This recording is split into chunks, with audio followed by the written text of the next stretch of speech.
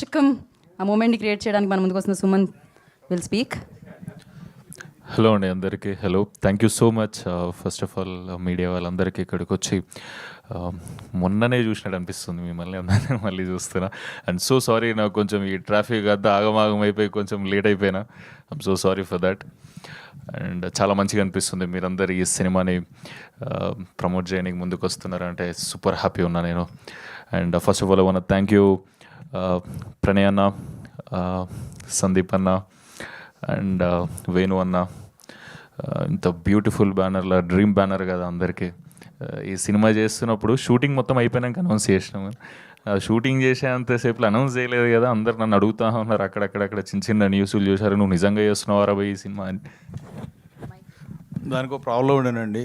ఎందుకు ముందు అనౌన్స్ చేయలేదంటే ప్రభాస్ అన్న ఫ్యాన్స్ ఇంకా వేరే సైడ్ ఏదో తీస్తారు మీరు అని చెప్పి అప్డేట్ అని చెప్పి మమ్మల్ని సోషల్ మీడియాలో స్క్రోల్ చేస్తారని చెప్పి ఇంకా ట్రోల్ చేస్తారని చెప్పి నేను ఈ సినిమా తీస్తున్న విషయం ఎవరికి చెప్పలేదు. చాలా సీక్రెట్గా ఎవరికి తెలియకుండా టకాటకా చేసేసినాం.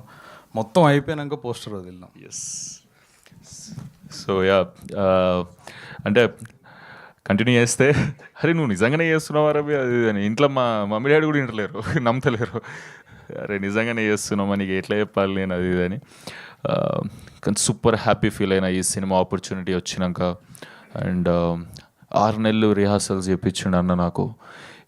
అది ఫస్ట్ ఆఫ్ ఆల్ నాకు అసలు సందీప్ అన్న సైమా అవార్డ్స్లో దుబాయ్లో కలిసిండు. ఇట్లా సుమంత్ ఇట్లా ఒక కథ ఉంది నువ్వు వింటావా, ఖతర్నాక్ అనిపించింది నాకు అన్నాడు.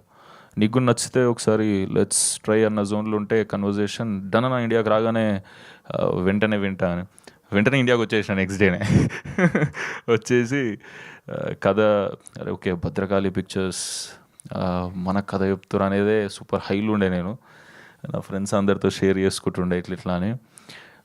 పోయి కూర్చొని వేనన్న వచ్చిండు, కలిసిండు మంచిగా ఆఫీస్లో. రెడీ స్టార్ట్ చేద్దాం. నేను ఇంటెన్స్ ఆ జోన్ ఇట్లా ఒక ఇమేజ్ ఉంటుంది కదా మనకి భద్రకాళి నుంచి వస్తుందో కథ అంటే. అసలు అన్న నాకు 2.5 hours కథ చెప్పిండు. అసలు నాన్ స్టాప్ 2.5 hours నవ్వినా నేను ఈ సినిమా నరేషన్ ఇస్తున్నప్పుడు. అండ్ బొమ్మ పేపర్ మీద ఏముందో అదే తీసిండు అన్న.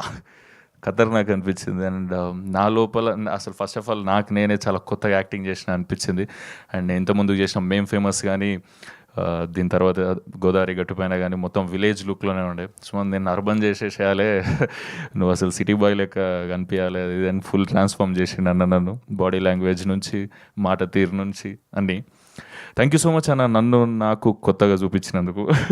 అండ్ September 3rd మీరందరూ కూడా చాలా సూపర్ ఎంటర్టైనర్ని ఎక్స్పీరియన్స్ చేయబోతున్నారని నా ఫీలింగ్.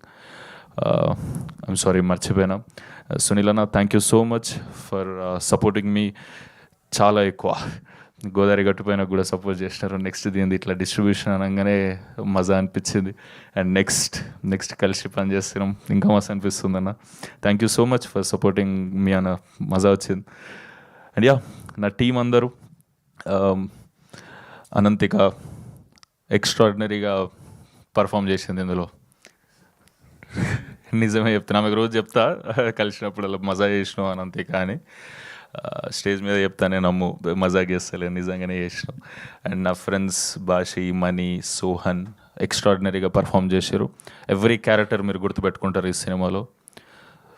డెఫినెట్లీ రోమాంచకం అనగానే చాలా కొత్త పదం అనిపిస్తుంది, ఎందుకంటే అది నిజంగానే కొత్త పదం, అట్లాంటి పదం తెలుగులో లేదు. సో అది అన్న రోమాంచకం అనేది ఒకటి తయారు చేసాడు. రోమాంచకం అంటే ఏ ఇంటెన్షన్తో వచ్చిందంటే ఇది ఎగ్జైటింగ్, గూస్ బంప్స్, రోమాల్ని నిక్కబుర్చుకోవడం. రోమాంచితం అనే పదం ఉంటుంది, రోమాంచకం చేద్దాం ఖతర్నాక్ ఉంటుంది అని అనుకుంటే అన్న విధంగా షాక్ అయినా నేను. అండ్ యా ఇప్పుడు కొత్తగా అనిపిస్తుండొచ్చు, సినిమా అయిపోయాక మనం అందరం మూత పదంలాగా మాట్లాడుకుంటాం దాన్ని. Definitely yeah thank you so much. ఈ సినిమా మీ అందరికి నచ్చుతుందని కోరుకుంటున్నా. Thank you so much. నాకు తెలిసి రోమాంచక మూమెంట్స్ మీకు చాలానే ఉండుంటాయి. ఇప్పుడు నాకు ఇంకాసేపట్లో మీడియా వాళ్ళు అడుగుతారు కాబట్టి నేను ఆ క్వశ్చన్ అడగట్లేదు. సో